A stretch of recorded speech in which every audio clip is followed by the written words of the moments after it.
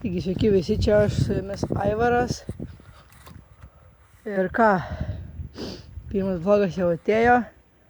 Tai pirmą vlogą, ką mes darysime, tai sukapausime šitas kulbes, kurias reikia suskaldyti ir va, baigiu skaldyti.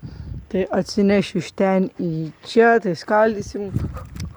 Tai ką, pirmas vlogas pirmas su žiema. Labai smagu, kad turime 2 prenumeratorius.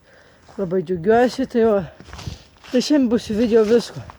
Kitam video bus, kaip aš aprodau savo dirbtuvės. Čia pats pasidariau savo dirbtuvės, šviesos dar nėra. Su antro aukštu, čia kitas video.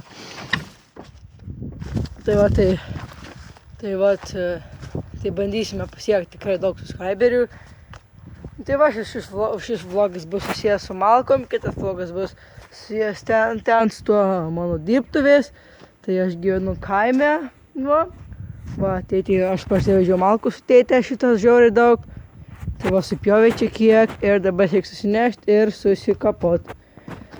Tai va, gal šioks toks, čia bus toksai trumpas video, bet tik ką įsinešti kapot malkas.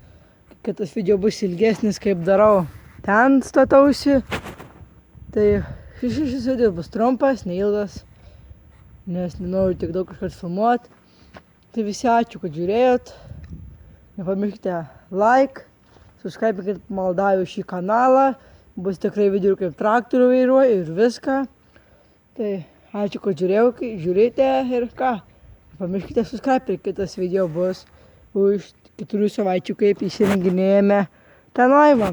Tai laukit ir nepamirškite subscribe.